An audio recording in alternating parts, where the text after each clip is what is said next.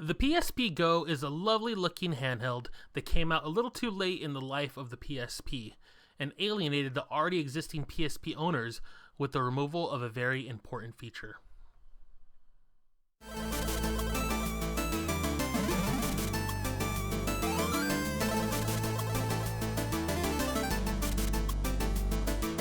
Or desire tangible media like UMDs, CDs, or DVDs in their homes or backpacks or in their briefcases. And I have it right here in my pocket. Here it is.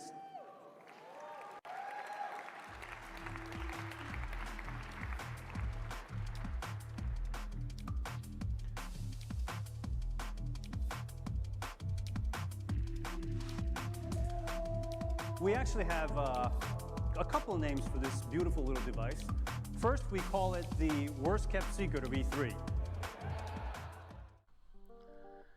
At the time of the PSP Go's release, iPod Touches and smartphones were already in circulation with app stores that allowed users to download movies, music, and even video games. While one can say that the PSP was one of the first devices that allowed users to do this, it soon got passed up by things like the iPhone, Android, and iPod Touch style devices. The PSP Go came with all the standard buttons and options that previous models had. However, the change to an M2 memory card meant you could not use the same Memory Stick Pro Duo cards that the other PSP models all shared. Again, not sure what Sony was thinking. Now, the PSP Go did come with all the same button options as the previous models, the one difference being the M2 memory card slot, which replaced the existing Memory Stick Pro Duo option. The PSP Go did have a unique design though, which allowed you to slide up the display to reveal the PSP controls. These are all the same as the ones you'd find on a regular PSP. On top though, you would find the volume, brightness, and sound options. It came with 16 gigabytes of internal memory, which was a change from the previous versions of the PSP that required you to buy a memory card in order to even save games. The PSP Go did something that consumers were quite upset about. They removed a huge feature that was on all the previous models of the PSP, the UMD drive. Now, say what you will about UMDs, but the option to be able to upgrade from a PSP 1000 to a 2000 or even a 3000 and continue to play the games and watch the same movies from the previous models was the reason many continued to upgrade. Now, just for some comparison, here's the original PSP 1000 model, or PSP Fat as it was called. This thing was built like a tank and had a good amount of weight on it that made it feel like it was sturdy and rugged. I do still like playing on this version just because it doesn't feel like I'm going to break it and it can stand a lot more. Now, I don't have a PSP 2000 on hand, but here's the 3000 model, which is pretty much identical to the two, aside from a different LCD display and the home button changing to the PS button. This was their slimmest design and definitely a change from the original PSP model. All of these versions, aside from the PSP Go, came with a UMD drive, which allowed you to play movies and video games on it. The UMD read speeds were pretty slow, so some games would take a little longer than normal to read. The PSP Go benefited from this, being a digital-only device. However, watching movies was no problem once you hit play. Sony did decide to go with the all-digital approach that not many gamers were ready for. While it could appeal to someone looking at getting an iPod Touch over a handheld like the PSP, many existing consumers of the PSP felt a little burned by Sony, as years of buying UMD games and movies all of a sudden were obsolete and could not be used on the PSP Go. I understand why they did this. They were looking for an extremely small form factor that could compete with other devices. But as someone in the existing PSP ecosystem, having to go and buy games I already own physically on a digital-only system didn't really make much sense. It goes to show why the PSP failed in the way that it did. While it is an extremely beautiful device to look at, many felt the need to upgrade to a PSP Go not all that inspiring. The device is small in size and extremely portable to carry around either in a back pocket, shirt pocket, or just packing it up to go in a messenger bag or a backpack. I do like the design, and I do still carry it with me from time to time when I go on trips, or I'm going out for the day and I'm going to have some time. The PSP Go uses the same UI as previous models. The XMB allows you to switch between photos, music, movies, and games.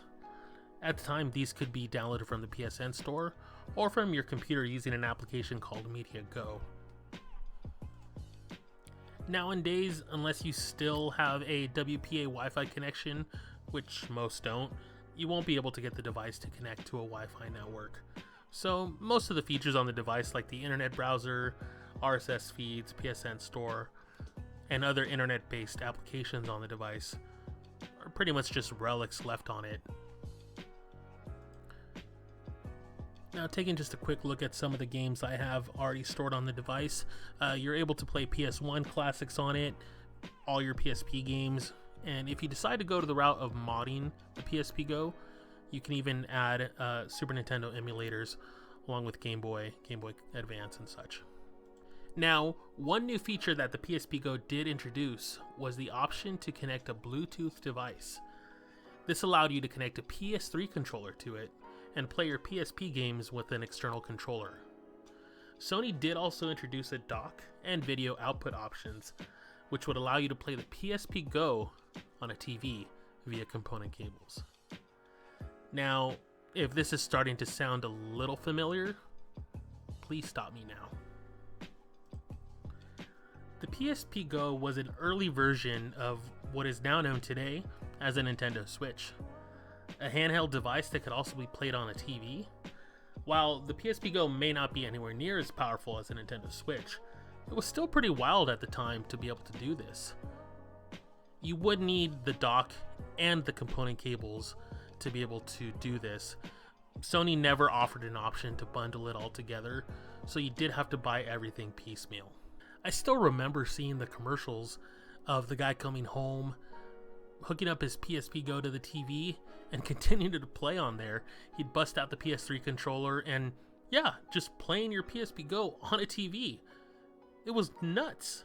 And the fact that no one else, or even Sony, adopted this with the PS Vita is such a damn shame, because they really would have been ahead of the game on Nintendo on this. And in a way, they were. Now, trying to get a hold of one of these docking stations is going to be near impossible, as the few I was able to find on eBay started around $250. They're just glorified charging stations. When paired with the component cables, yes, you can output to TV and still charge the device, but if you're just looking for the docking station, don't, unless you want a pretty way to charge your device. Now, speaking of charging the device, it does use a proprietary cable. I know I have my original OEM version 1 somewhere in a box, but I did get this third-party one on Amazon. Now, your mileage may vary on the third-party chargers. I had to buy 2 different ones, as the first one didn't work at all and wasn't even charging the device. So just keep that in mind. Check out reviews and such. I'll put a link down below on the one that I did buy if you are interested in getting a PSP Go. Now, my last thought on the PSP Go is this: should you buy one? If you've never owned a PSP, I would probably recommend getting a 2000, 3000, or even the 1000 if you want that more tank-like feel to the device. PSP Go was such a niche device that not too many people owned it, so you will pay a higher price for one.